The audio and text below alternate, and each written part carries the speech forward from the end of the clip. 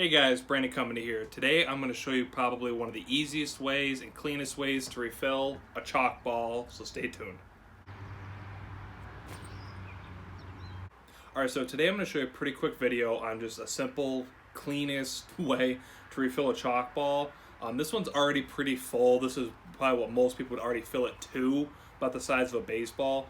I personally like mine on the fuller side. I think this chalk just happens to come out of it a little easier.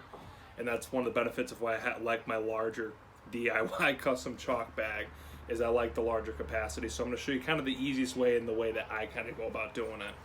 Alright, so to do this, you're going to need obviously your chalk ball, chalk bag, or whatever you keep it in, a funnel. You can get one of these at Walmart, Harbor Freight, box store, Amazon, really cheap. I would recommend something with a smaller nose. You can use a Coke bottle that you cut into like a funnel shape.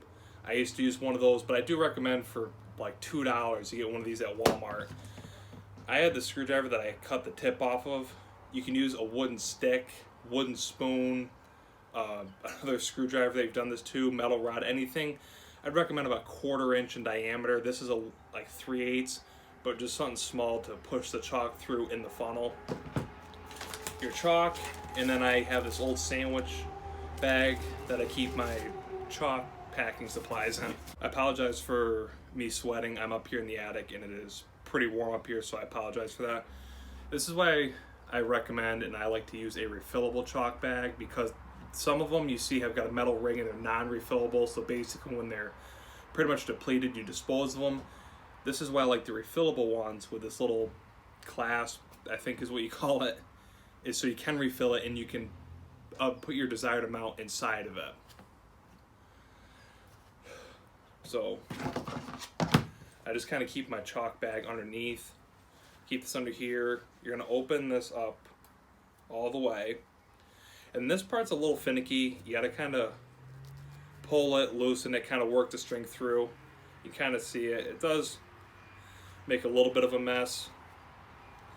I do recommend you do this outside, but please don't do it on a windy day, because you're going to do that and you're going to look like you're getting patted down for fingerprints. You're going to be covered in powder.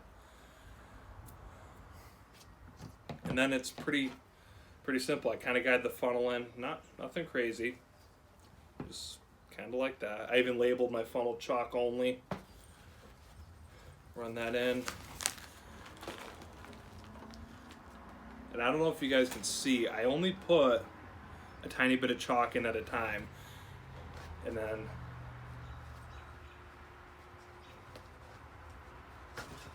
kind of pile it in there. Kind of pack it in, move it around. On the surface I'm doing it, like you can do this in the sink in your kitchen if you kind of do it a couple times.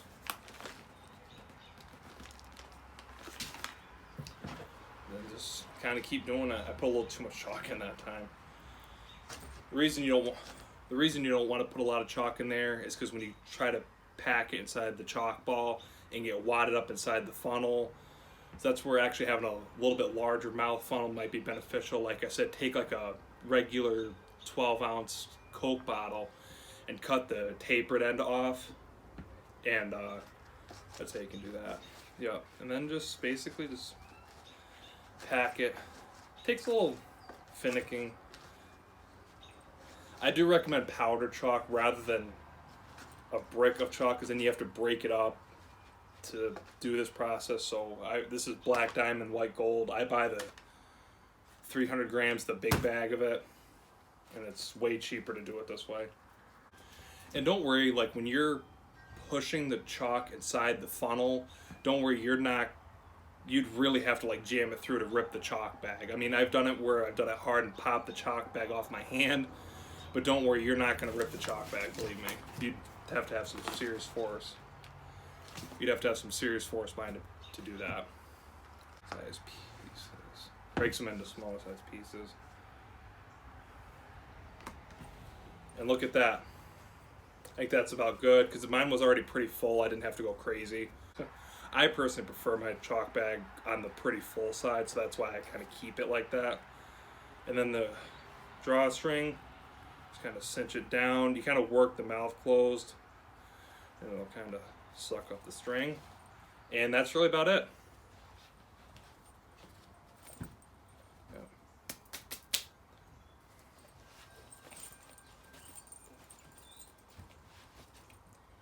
Kind of close that back up so I don't make a mess. And that's it, guys. That's really about it.